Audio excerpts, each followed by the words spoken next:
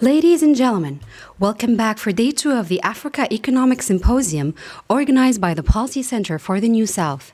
Today's theme is Driving Africa's Economic Transformation, Solutions for Trade, Connectivity, and Finance.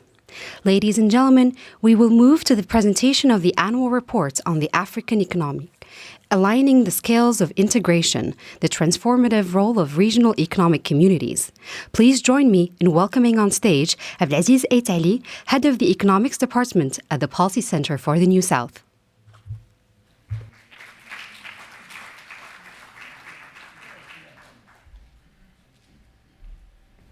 And now, please welcome to the stage our speakers for this panel. Eric Thévaugeret, Adjunct Professor at Catholic University of Lille.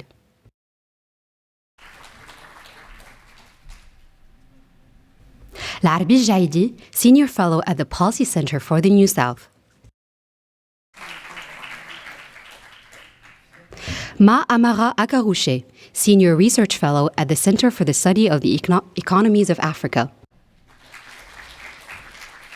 Mohamed Miko, Head of Financial Research Unit at Bank al-Maghrib.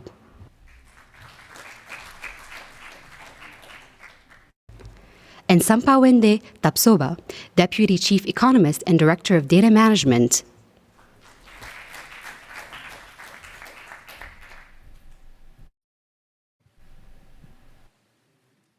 Abdelaziz Eitali, the floor is yours. Thank you, Khadija. Welcome to the second day of our African Economic Symposium. So I'm Abdelaziz Eitali, economist and head of the Economic Research Department at the Policy Center for the New South. And I'm very glad and honored to moderate this session. It's going to be about the presentation of our annual economic report on the African economy. So in a nutshell, just to share with you the spirit of this report, this is more than just an annual overview of the African economic trajectory. This is a collaboration, I would say, spanning across the continent and this is a part actually of a broad intellectual and policy efforts to reshape and to reclaim the narrative about the African economy. And we know that the way Africa is perceived and the way ourselves we perceive Africa is often shaped and filtered through foreigners, international reports, generally shaped in Europe or in the United States. And those reports, they barely, I would say, reflects the nuances that we know, the priorities, our own priorities, and the lived realities on the grounds. This is why the objective of such reports, modestly, is to have a kind of balanced views without downplaying, I would say, the challenges or overstating the progress. This is about balanced, fair analysis of the African economy. In terms of the structure, we want it to be as comprehensive as possible. So the first part of it is dedicated to the macro and sectoral analysis, while the second part delves into the dynamics at the regional level, which makes kind of a step and a part of the continental integration, as the third part is fully dedicated to this dimension, particularly the African Free Trade Agreement. So in a nutshell, this is how we see the report. This is our win-notes, and this is a very inclusive, I would say, report in a sense that we try to include as much researchers from Africa, but also from elsewhere around the world, Europe and Latin America. So, and for this session, we have decided to place the spotlight on a very interesting regional economic grouping, which is the ECOWAS, and actually that encapsulates very interesting, profound, in some cases, very contrasting dynamics within this region. So in order to discuss all these elements and to have a broad overview of the integration dynamics, either from a real, financial, or even interregional integration, I have in my panel 5 of the authors of this report that actually have more than 42 chapters with over 50 contributors. And we will start with our first panelist, Mr. Eric Tevergery, who is adjunct professor at the Catholic University of Lille. For an extended version of the biographies, please refer to the app on your phone. So, Mr. Eric, the floor is yours. So I remind you that you have 8 to 9 minutes to share your insights. Thank you very much, Mr. Aitali. Thank you for your introduction. So I will be brief. My paper dealt with industrialization in the ECOWAS region. And there are challenges and, of course, opportunities. Challenges first. West Africa, or ECOWAS, has 15 members, now 12 members, who tend to act individually. The culture of working together is not within ECOWAS. That is, most countries develop individually and only rarely share their objectives and try to work together at producing anything, almost. So, of course, when you talk about industrialization on a regional basis, this is a serious challenge. The second one, there are many challenges, but I'll just take two. The second is lack of power supply. We have in West Africa, and ECOWAS has created a specialized agency, the West African Power Pool, whose purpose is to integrate the national power grids into a regional electricity market. And the WAPP, the West African Power Pool, is doing a very good job, but there is still a lack of energy, and especially not constant, that is not stable. And if you want to industrialize, of course, this is another huge challenge. The opportunities, of course, are many. Most of them, it is a region with resources, many resources in terms of natural resources, in terms of minerals, critical minerals, strategic minerals. And the issue is, of course, to not only extract them, but process them and produce semi-finished goods or finished goods. And again, the issue of power comes forward. That is, we don't have the resources to process them. So I had to work on that issue of industrialization strategy of ECOWAS. Of course, it was a great opportunity, but a serious challenge in the sense that ECOWAS has not been able to make its members interdependent, get them to work together, process their natural resources together. And recently, about a month and a half ago, the Prime Minister of Senegal, Ousmane Sonko, made history in a sense that he toured West Africa, mini tour. He went to Guinea, Sierra Leone, and Liberia. And his message was, we should start working differently and together. That is, we need to process our raw materials together. And that is a game changer. Hopefully it will happen. So Guinea's bauxite, Guinea is famous for, two main resources, I would say, among others, iron and bauxite.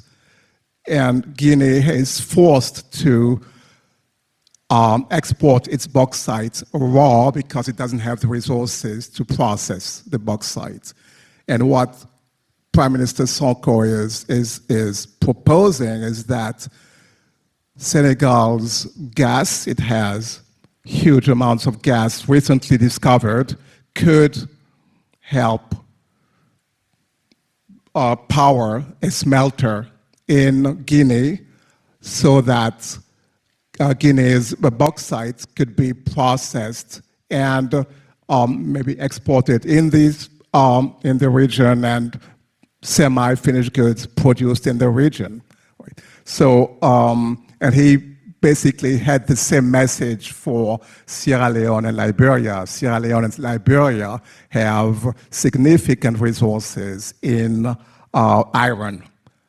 And the issue is the same, where do we get the power to process those resources internally, in the sub-region. So my 3 actionable recommendations for ECOWAS are the following. First, it is important that ECOWAS moves from the concern for democracy, good governance, and so on, and focus rather on economics and industrialization. ECOWAS does not have the resources necessary to impose good governance behavior on its members. And we can see this, in Côte d'Ivoire, in Guinea-Bissau, for example. So economics first. My second recommendation is that the West African power pool should become the key structure for industrialization of the region, the key institution that is increase financing for the West African power pool and human resources so that it can play that central role in industrializing, in helping industrialize the region.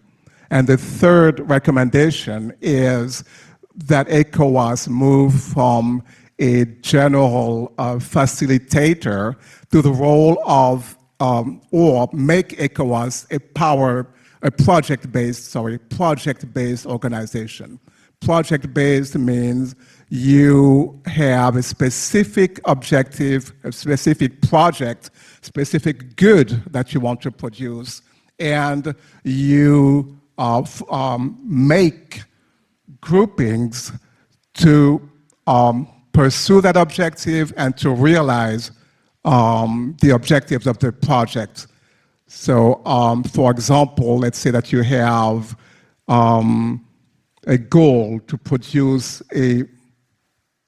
vehicles for the West African region. You could put together a group of, Nigeria, Ghana, where there are small automotive industries, and 3 or 4 other countries, and produce goods. ECOWAS does not produce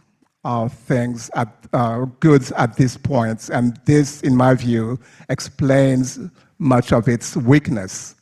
That is, you need to make countries interdependent, and by becoming project-based rather than just facilitators, you may get countries to become interdependent, work together more than before, get used to each other, and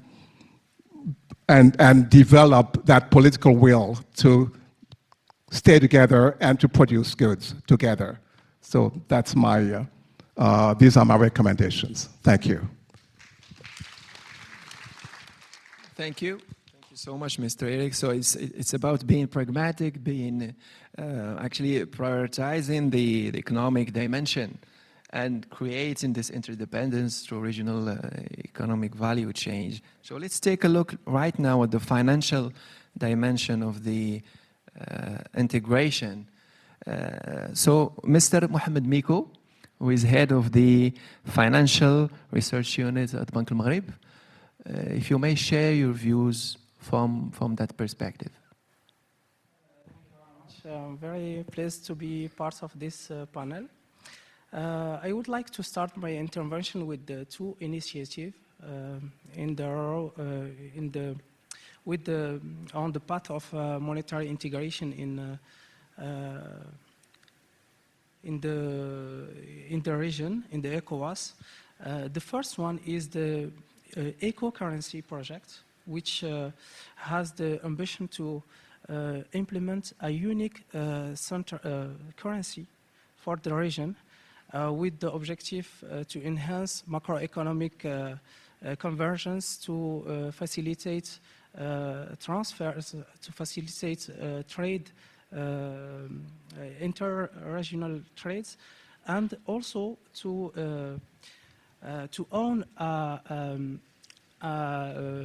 monetary tools, a stronger monetary tools to improve and to have, to meet this ambition of monetary integration in the region. If you may speak up, please. Huh? Yeah.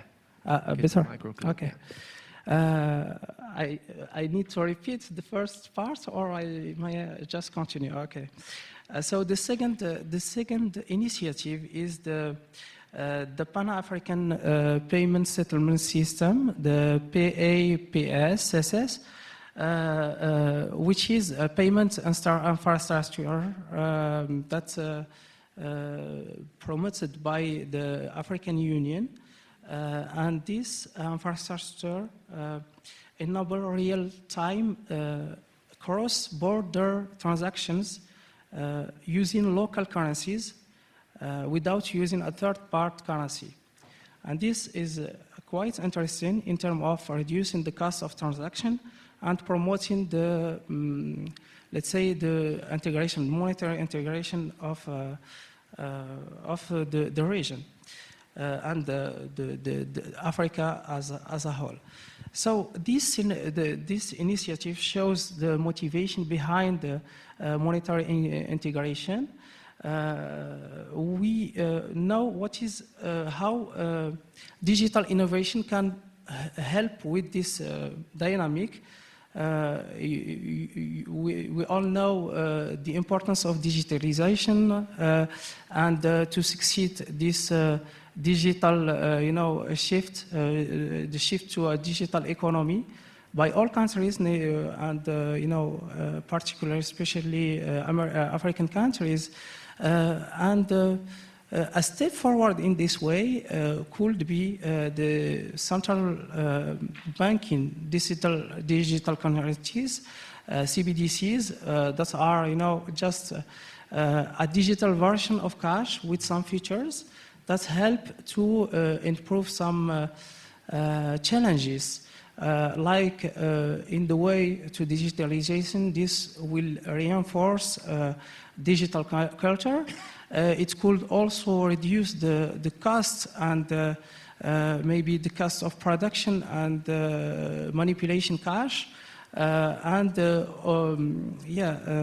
also reduce, negative impact, environmental impact of cash. But the three main objectives of issuing CBDC, according to the AES for African Central Bank, are, first, financial inclusion. Second, improving financial payment landscape.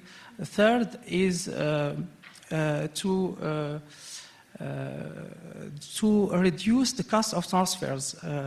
According to the World Bank, the cost of transfers is around 6% of the volume of transfers, which is very huge.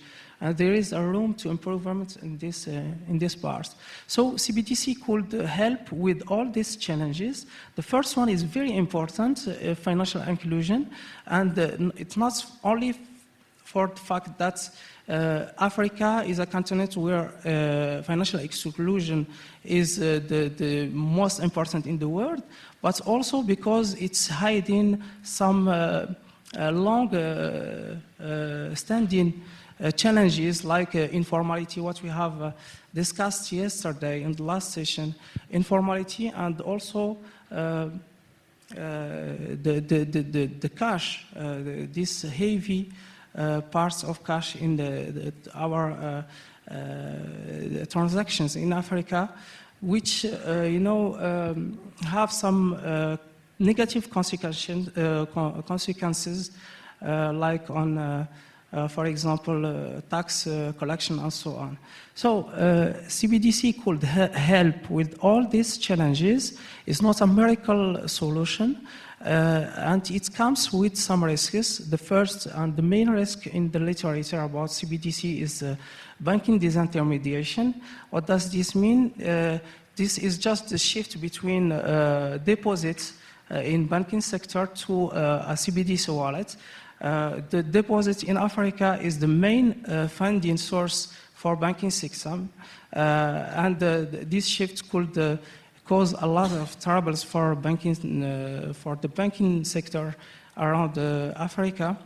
That's why the design of CBDC should be appropriate to mitigate this risk, and then to maybe explore all the potential benefits of CBDC without having, let's say, with mitigating the risk that depend of each context.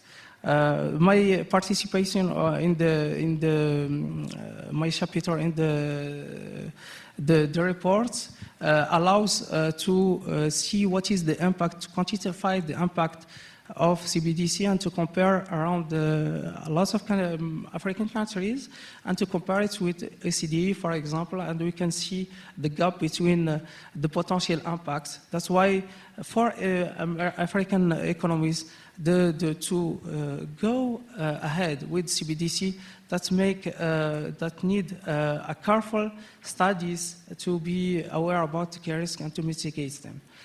Thank you very much. Thank you so much, Mr. Mohammed. So CBDCs is much more about reducing the cost. It's about financial inclusion rather than integration. But as you said, this could play a role in terms of improving economic efficiency.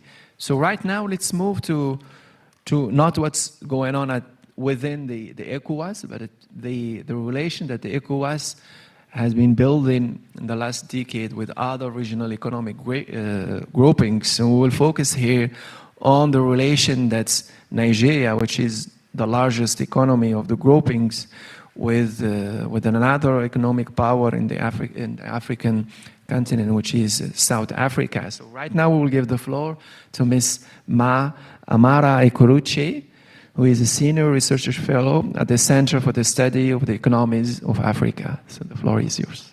Thank you, Abdulaziz. Thank you also to PCNS for the invitation. Really excited to be here. So my chapter in the report is focused on Nigeria-South Africa integration in the context of the evolving geoeconomics and geopolitical dynamics. First off, Nigeria is an economic powerhouse, as we know, but Nigeria combined with South Africa represents 50% of the continent's economic output. Population-wise, both countries represent 20% of the entire continent's population. The report focuses, or the paper rather, focuses on four main areas of integration. First, trade, formal and informal trade to an extent. Second, financial sector interconnectedness. And then third, capital outflows, so investments primarily. And fourth, labor movements. Starting off from trade, South Africa has significantly high trade volumes relative to Nigeria. So South Africa, the latest data shows that their export volume is valued at $112 billion, relative to Nigeria, where it's valued at about $82 billion. However, most of the exports is targeted at countries in Europe, countries in Asia, and also to an extent, countries in the Arab region, So, and also the United States. Basically, very little trade is going on within the continent. What are both countries exporting? As you know, you've probably guessed right, mostly minerals. So crude, diamond, gold, those are the major exports.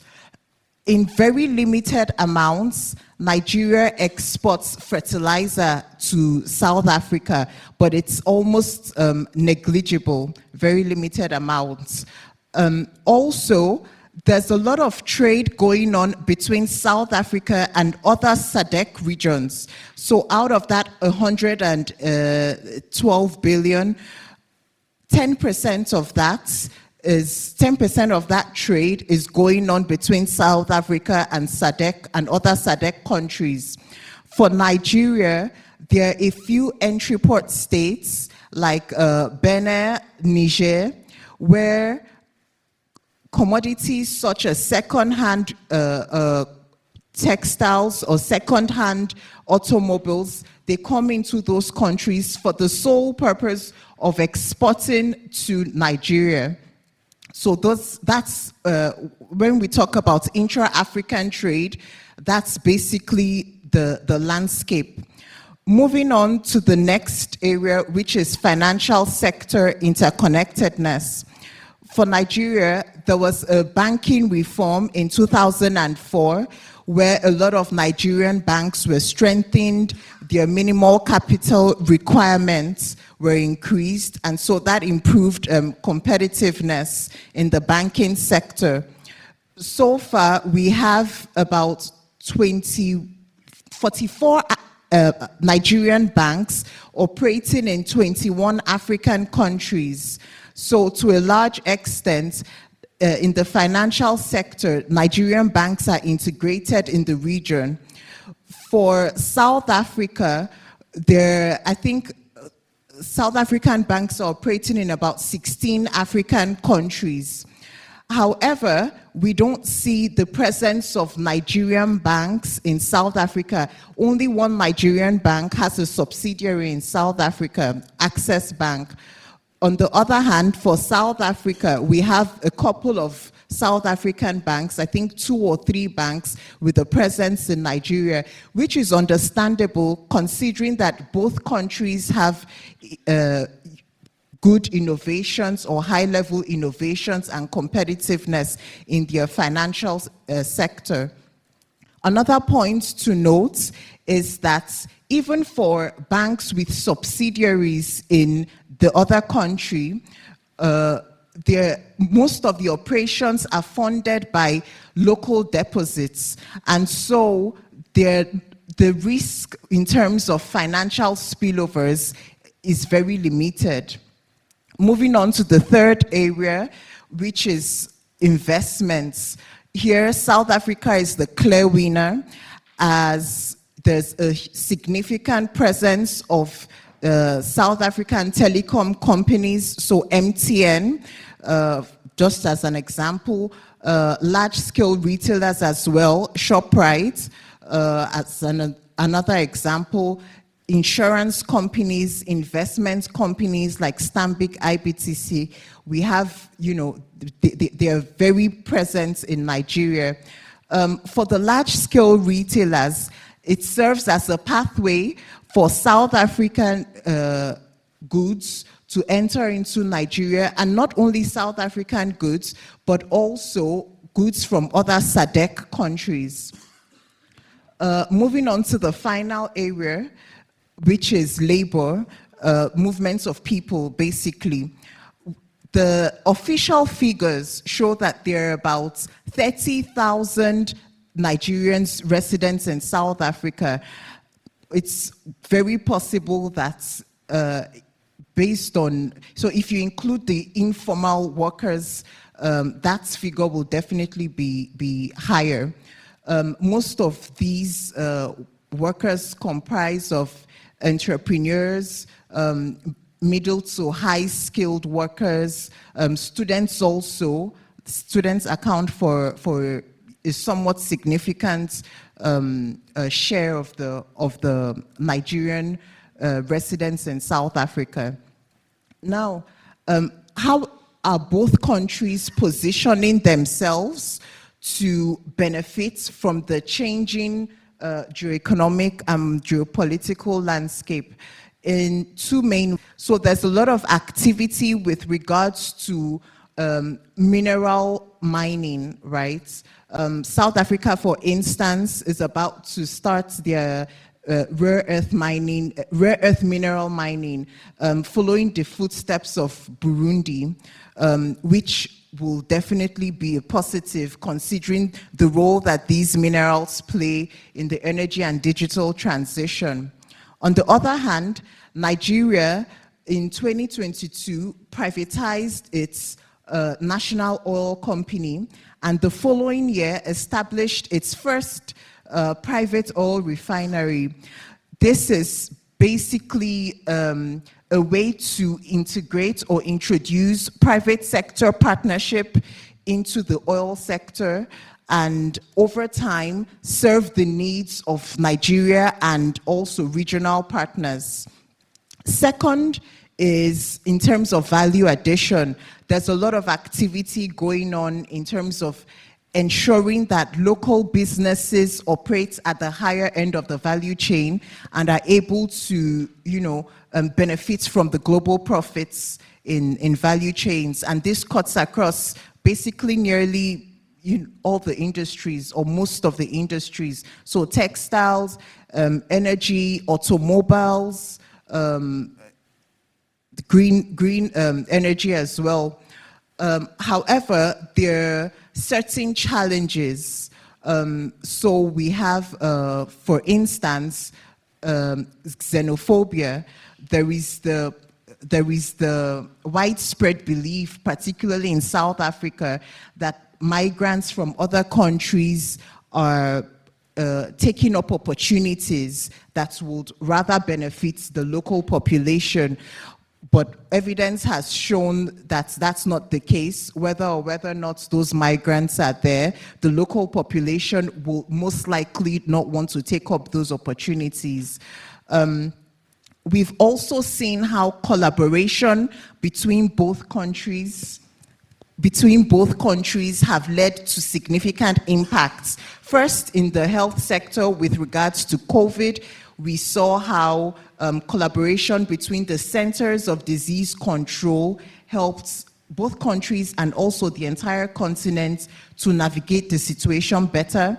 In the finance sector as well, we've seen how indigenous companies have been able to develop payment infrastructure that have facilitated digital transactions across the continent.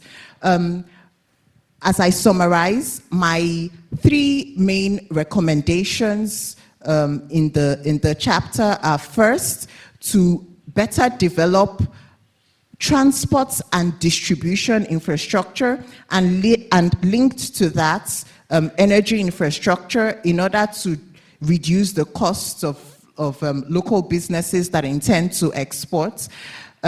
Second, finance is a significant obstacle. So I would use the example of Nigeria. Interest rates on loans are significantly high. And then third, political stability. And as a bonus, ensure policy implementation coordination. Thank you. I hope I'm not over time. So thank you so much. So huge potential. And as you said, despite successes in some sectors, there's still room for expanding the partnerships between the two largest economies. So let's now turn to the partnership that the ECOWAS is developing with other emerging powers at the global level. We're taking here the example of China. So I'm giving the floor to Mr. Sapawinde Tapsoba, who is the Deputy Chief Economist and Director of Data Management at Africa Exim Bank. Thank you. Thank you. Good morning, everyone. First, thank you to PCNS for organizing this very interesting symposium, and thank you to my colleagues here on the panel. It was really a great pleasure to contribute to this African economic report, very comprehensive.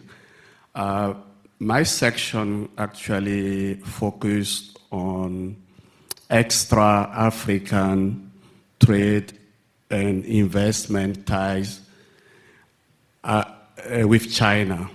I truly believe that African development should be multi-pronged approach when you want to conceptualize it in terms of policy, local, global, regional, and global.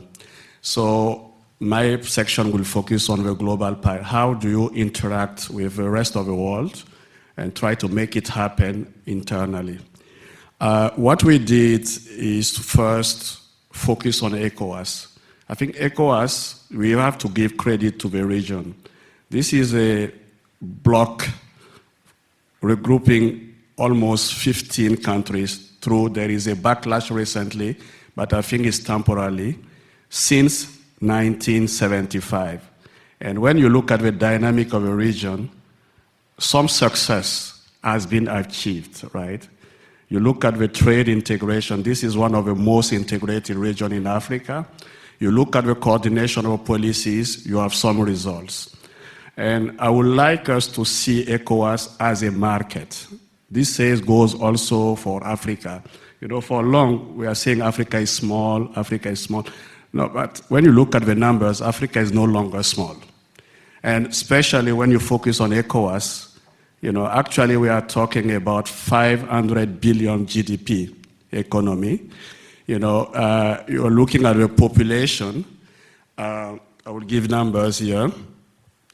In terms of population, we have almost 460 million people living in that region. So it's a big market. It's not small anymore, right? So, and also if you look at the perspective in terms of natural resources, endowment, dynamic energy, this region is also a powerful region, right? So it goes naturally that competition among superpowers for this region, the scramble for Africa, and especially the scramble for the region is there. And if you focus on one of the key partners, which is China, you can clearly see what we can do. So what I did is to focus on three aspects. Trade. What is the quality of trade between China and ECOWAS? Investment. What is the quality of trade between China and Africa? Financial flows. When you look at those three dimensions, how do you now harness your policies and try to look at it beyond generalities? So let me say a few words about trade. The first one is that when you look at the trade, this is a general picture for all African countries, right? We export our raw materials, no industrialization, low value, but we import processed goods. Of course, you end up with a deficit, a trade that is really in deficit, and this is not helpful. So the only way Africa can really fix this issue, especially ECOWAS, is to industrialize. And I believe that we have a window of 20, 30 years with AI and all of this robotization coming. If we don't industrialize now, I don't see how we can make it happen. That's the first point. And when you look at also the direction of trade in terms of distribution, usually it's a big countries in the region that benefit from trade. ECOWAS, it's Ghana, Nigeria, Cote d'Ivoire. How about the small countries? So we need to find a system, how you downscale the benefit of extra African trade to these countries to make it happen for everyone. You move to investment. It's the same thing with China.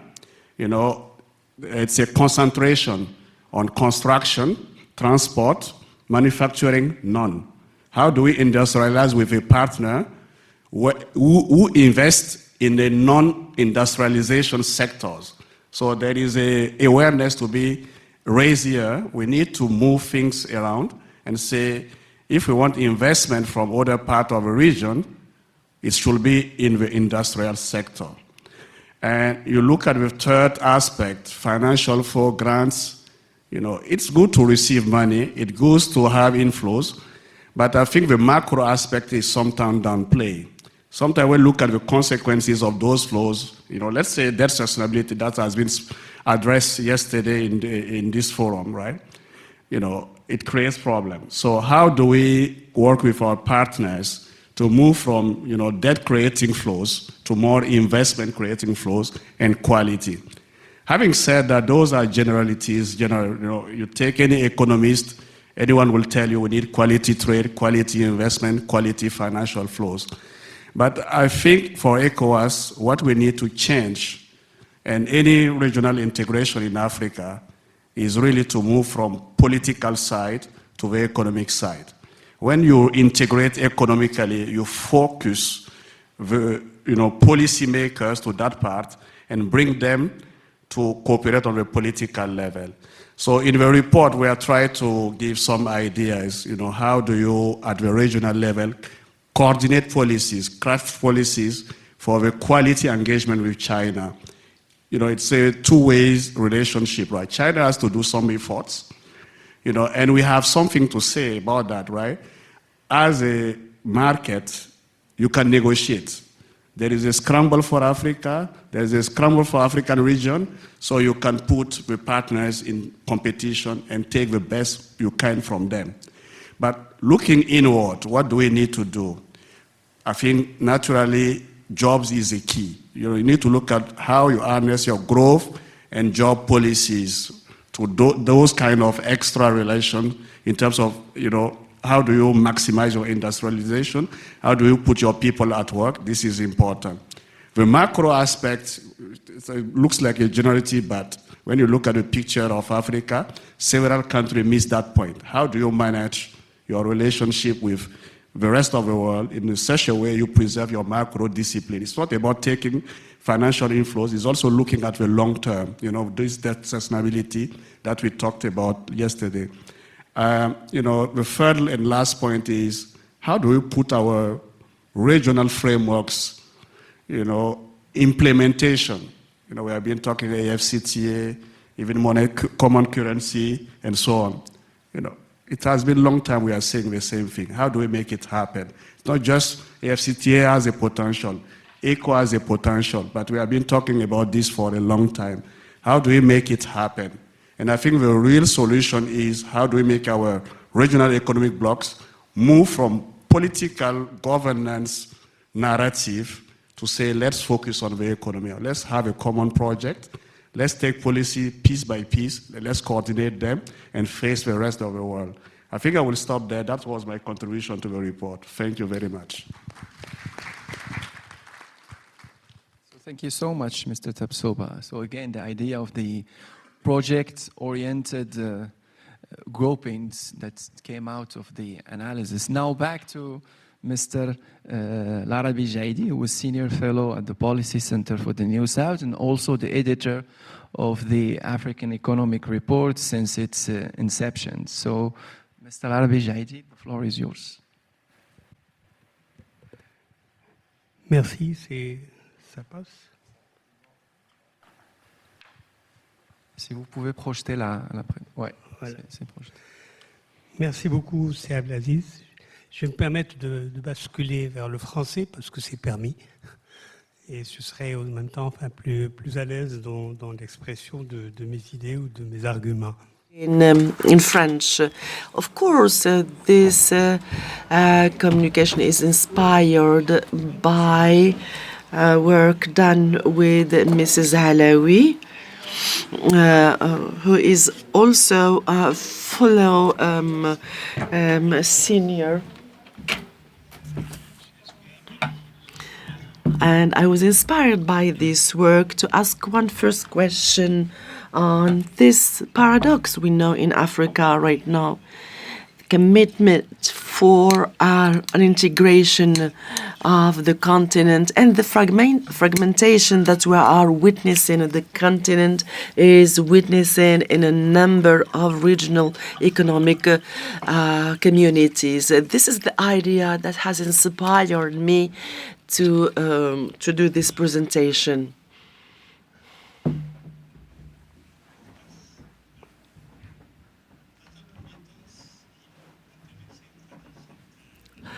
One first thing I was interested in this presentation is to ask one question: what is the future of regional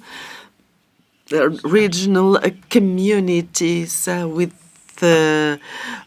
before there were regional communities, and all these regional communities did not evolve at the same rhythm, even in terms of their economic integration and creation of a free trade regional. On the other hand, we have noted all during all years this duplication between and mingling between these regions.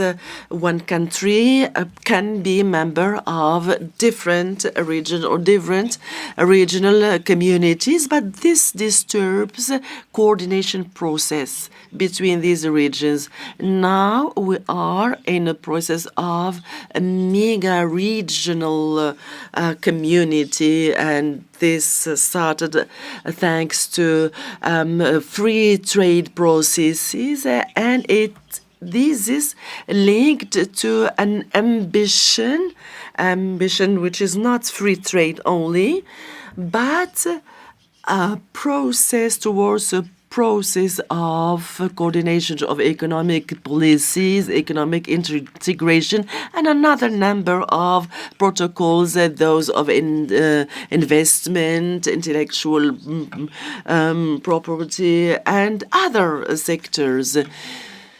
So the question here, how to coordinate, harmonize between these regions, which are themselves not well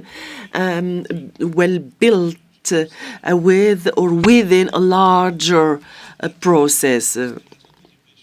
So the foundation of free trade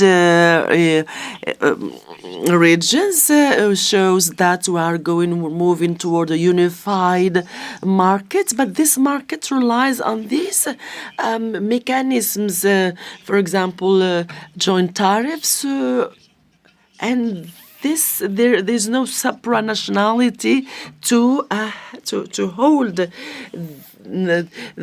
no decision power to support this mega process or mega region.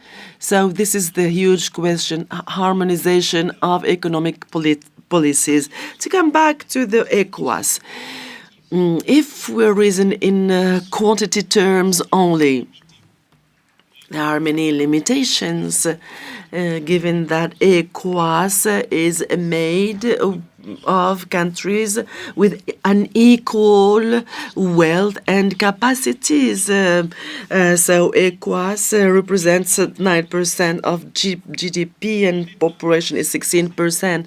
So and there is only 3 very strong countries, but they cannot lead the economy of the region as a whole. But we cannot stop to these figures because they can hide other economic and political dimensions.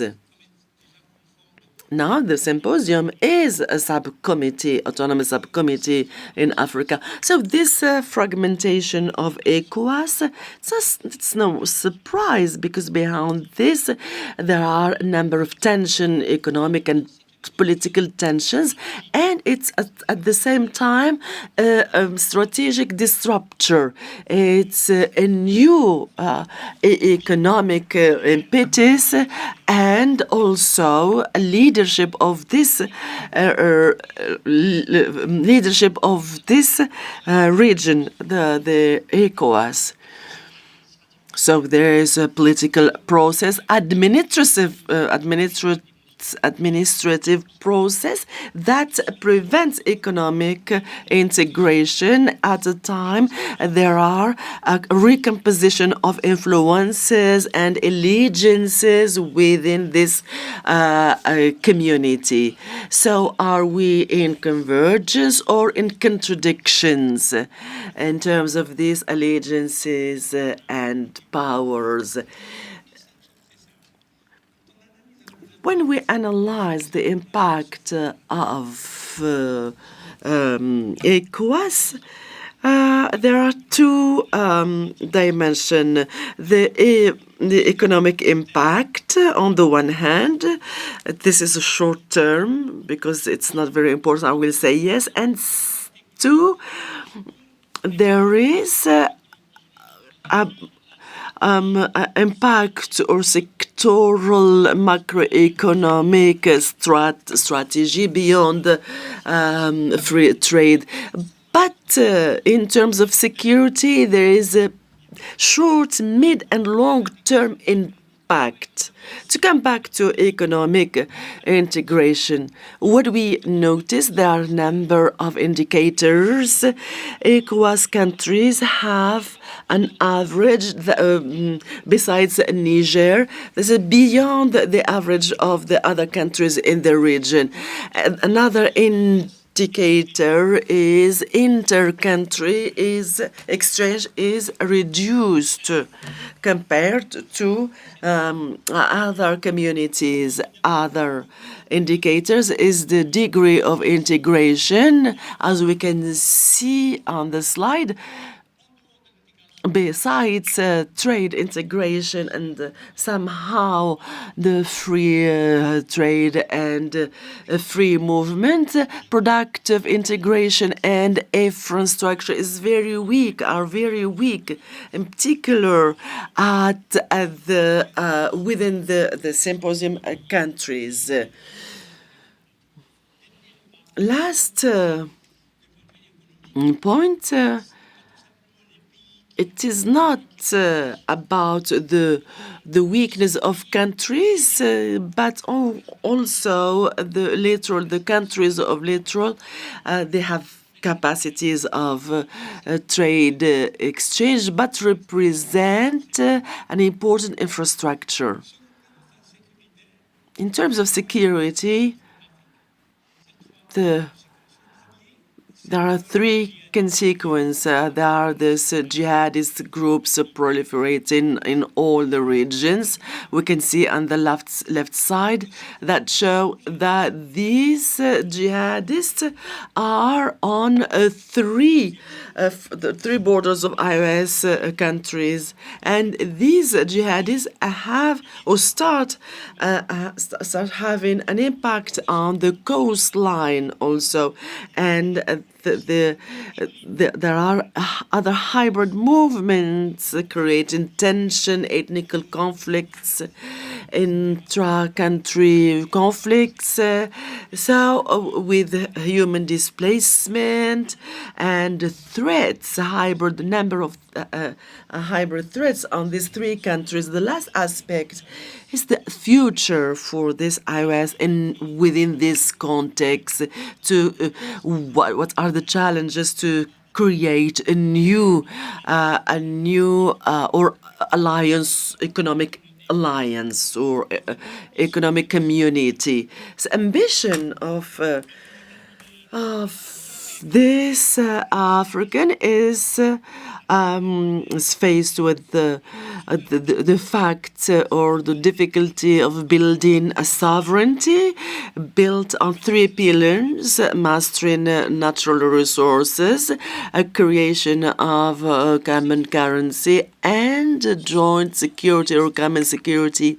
And these are strategic variables for the community, but very complex to be implemented. Consequently, so this strategic autonomy needs to be built on territorial integrity of each country, on the renewal of social impact between the state and the society, and and although also the respect of the rule of law. So we cannot move from sovereignty to sovereignism. And it's based on this that we can imagine future scenario, a number of scenarios that I have imagined. So, 3 scenarios. The first one, if there is strategic disruption and an autonomy of AES related to ECOWAS, how can AES become a regional economic region with an institutional and political dimension, which calls for revisions, a number of revisions. Second scenario is the preservation of relation between the 2 blocks, how to reconnect between, because we have porous and weak borders, and there is the issue of development. So how to rebuild a relation between these 2 entities based on respect. And the other scenario, can we imagine, maybe not on the short term, how a reconfiguration of a new grouping that takes into consideration the past, the history which has been co-constructed. So how can, while taking this into consideration, how to build a new mode of political and economic management where the states are in perfect harmony and coordination. Thank you. Merci beaucoup Sijaidi pour ces éléments analytiques extrêmement intéressants. Donc nous allons analysis now. We're open discussions. The floor is so we're taking 2-3 questions. Please introduce yourself.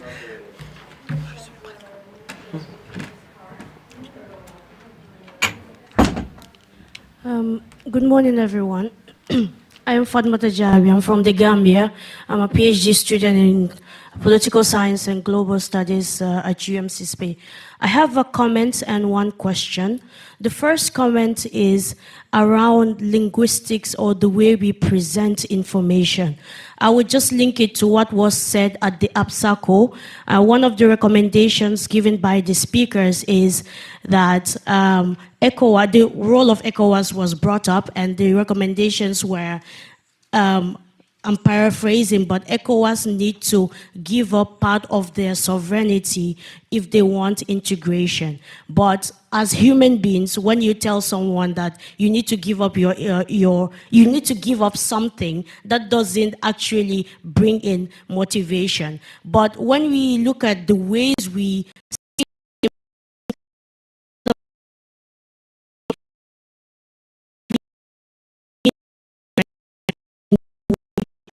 the leaders will know, okay, I'm not giving up something and I'm contributing to a greater plan. So I think the way we present, write reports, and the way we speak to these policymakers really matter. My question is, we talked, sorry, I will make it quick. My question is, some of the panelists talked about ECOWAS turning more economic and tone down the political aspects of it, but the reality in the Sahel paints a different picture. So my questions to any of them is, how can ECOWAS balance this situation between political and economic? Thank you. Thank you. So we have a second question in there. Yeah.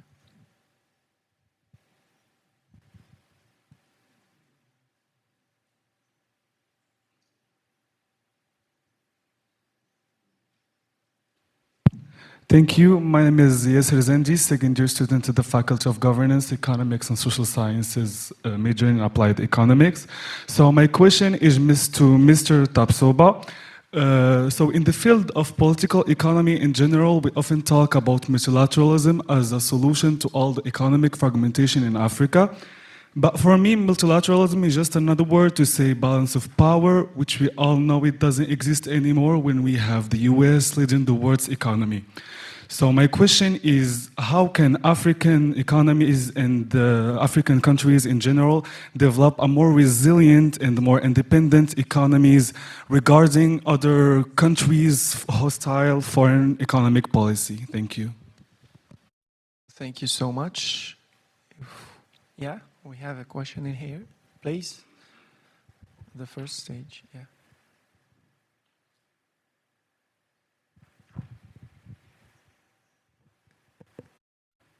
Good morning. My name is Emmanuel Osuseche from the African Center for Economic Transformation. Did the report explore the extent of economic complementarity between the ECOWAS countries? You would notice that we are all agrarian economies.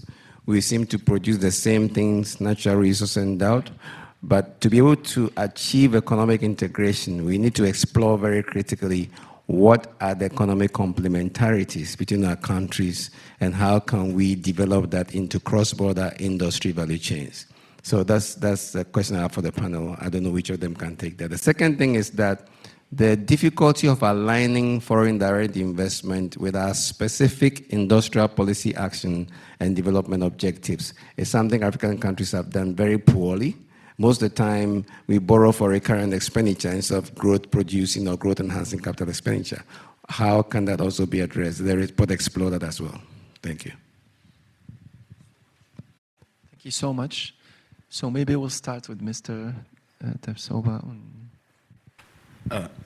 Thank you very much for the question. I think they are all insightful and relevant. Maybe let me group them and say a few words. I think the first one is about how do you balance political and economic dynamics when you have a regional economic integration. My perspective there, you have to look at history, how it worked for some other entities and try to be on the shoulder of giants. That's my approach. Any integration that has succeeded through political commitment is important. But what worked from my perspective, look at the European Union and so on, it's economic integration first, project-driven. You need to start piece by piece. So from my perspective, through the political will is there. If you look at history, the ECOWAS region, there is a kind of commonalities in this region, population-wise, history-wise, cultural-wise. What is missing? How do you make this integration a reality for layman people? The only thing that has succeeded and people relate to in ECOWAS is the freedom of travel in the region. Now, if you say electricity, there is this agreement between Benin, Togo, Ghana, and Nigeria, but it's so far from people, they don't see this one. So what I'm trying to say, any economic integration that has succeeded, you need a reality on the ground so people relate to that and try to, defend it. That's what I think in terms of balance. The second element is the budget of those organizations. I worked briefly for West African Monetary Union. It's sad to say that most of the budget was coming from European Union and French.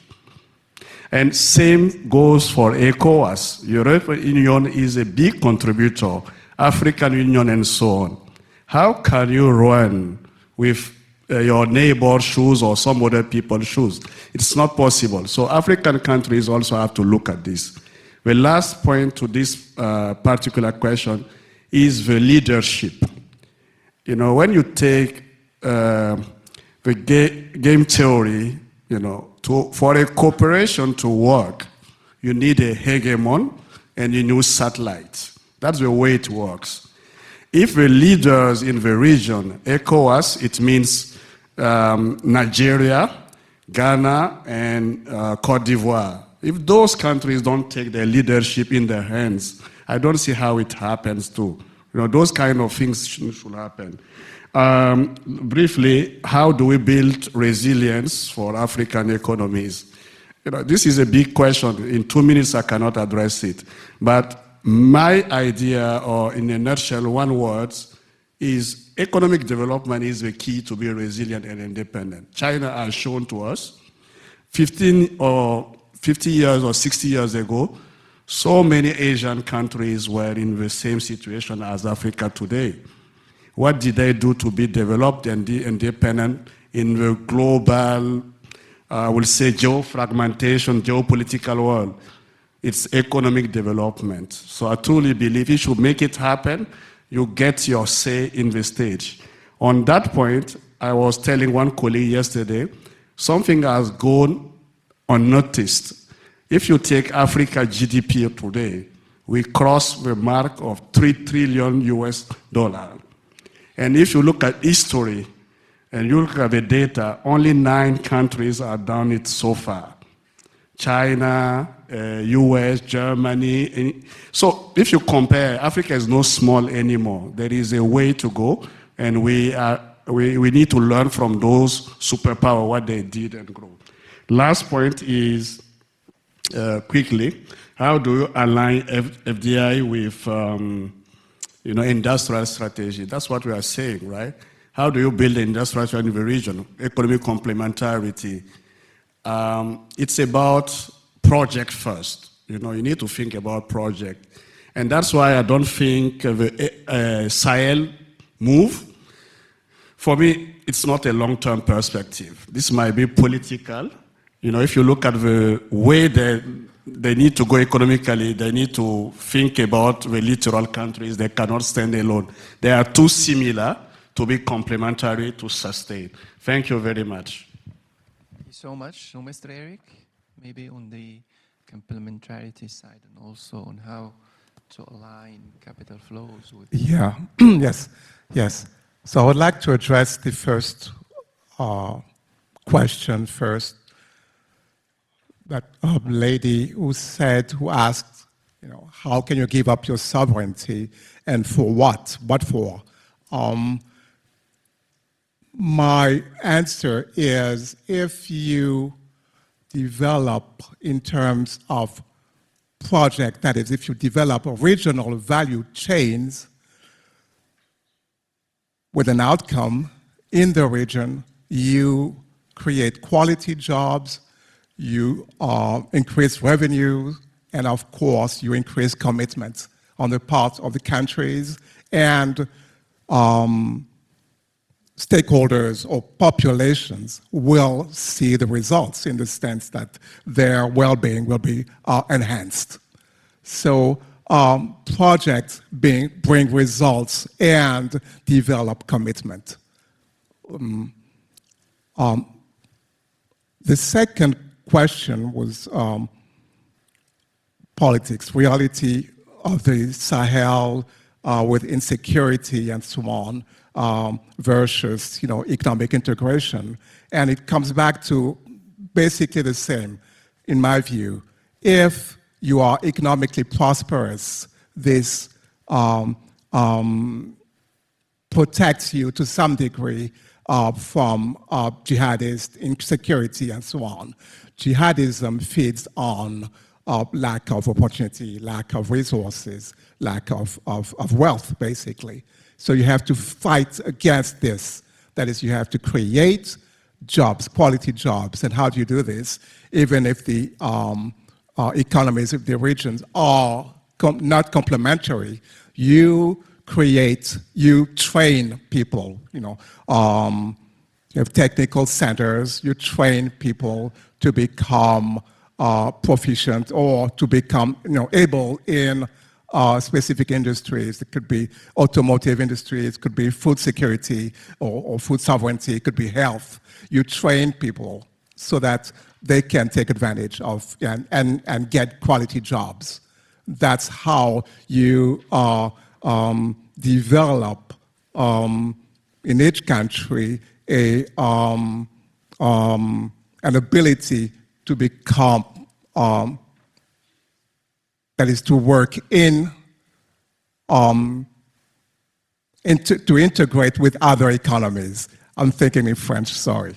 So basically, if you have a comparative advantage based on cotton, that's fine. If you don't, then train your population to be proficient or to be able to become workers, to have quality jobs in automotive industry, for example. This is quite possible. In the informal sector in my country, for example, in Benin, it's incredible the number of people who can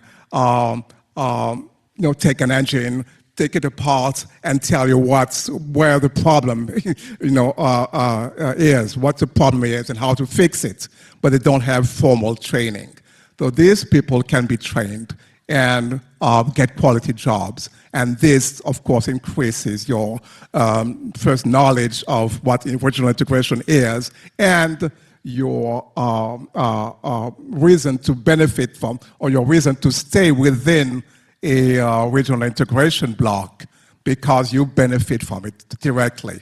So if you don't benefit, of course, you will not care, and you will not understand why this ECOWAS exists. But if you see the results in your everyday life, you have stable electricity and better income, obviously you will want this ECOWAS to continue and develop. So that's my answer. Projects, regional value chains. Okay. Thank you, Mr. Eric. So, Mr. Jaidi, si vous avez des éléments à rajouter.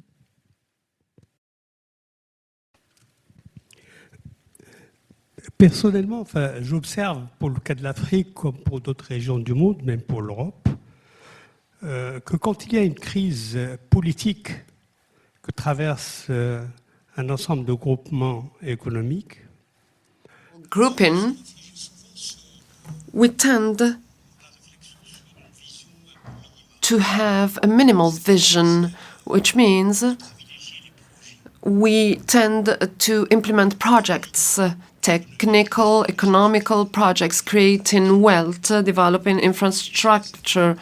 Yes, in countries we need these kinds of projects that enable us to create these connections. But all projects need an environment to prosper. This environment needs standards and rules that need to be respected. Like, for example, freedom, actors' autonomy, the state of law. So in my opinion, the models are not contradictory between a political and economical vision. There is a complete complementarity. It's like the which came first, the chicken or the egg. I think that in Africa, the building a regional space needs a common value referential. This doesn't mean necessarily a common politics, but respecting a certain number of standards and rules. With an institutional mechanism, sharing responsibilities when it comes to decision making. So it is complex, it's not easy. But when we are talking about ECOWAS or the Maghreb Union, Arab Maghreb Union, or other organizations, there's always this issue of complementarity. Either it's through the implementation of value chains that enable us to exploit the potential, or comparative advantages. Usually, our countries have the same comparative advantages, but they are static. As they tend to focus on advantages that can maximize the country's position in this chain of value, and that enable to build diversified economies with intrasectorial exchanges and not with intersectorial complementarity, but intra. So this notion of complementarity needs to be studied amid the shifts and changes in the international level. With that said, I reiterate that all regional economies, when implementing their projects or infrastructures, need to share a common vision and common fundamental values. And this is when the question or the issue of leadership comes into mind.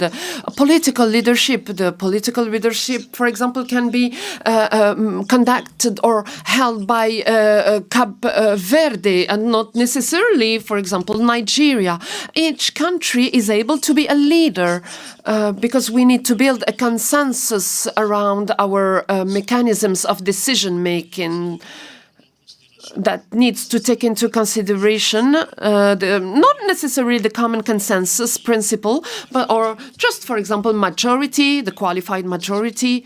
So these are the processes that we need to think about, to brainstorm, because if the leadership is an engine, it can be perceived like an hegemony in the country. And that was all for me. Thank you. Before concluding our panel, let's engage again with our audience, but this time through the app. So I will ask you, please, to take your phone and share with us your thoughts on what should be the guiding elements, I would say, of the new narrative on the African economy. And your choice could be the next theme, next common thread of the next African economic report. So the audience has already been interacting with us. So integration, innovation. Integration, actually, I didn't say it is the topic of this year's edition, as we have tackled it from different perspectives, different layers.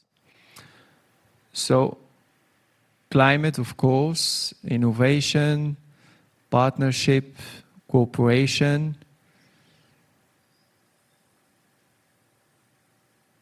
So Africa should integrate, should cooperate in times of fragmentation, where countries are actually constructing walls. Africa should think of laying bridges to cooperate. This is one of the messages that we get from the views of our audience. So thank you so much. Thanks to our panelists. Thanks to the authors of the book. Thanks to you for your interaction, for your questions. And see you.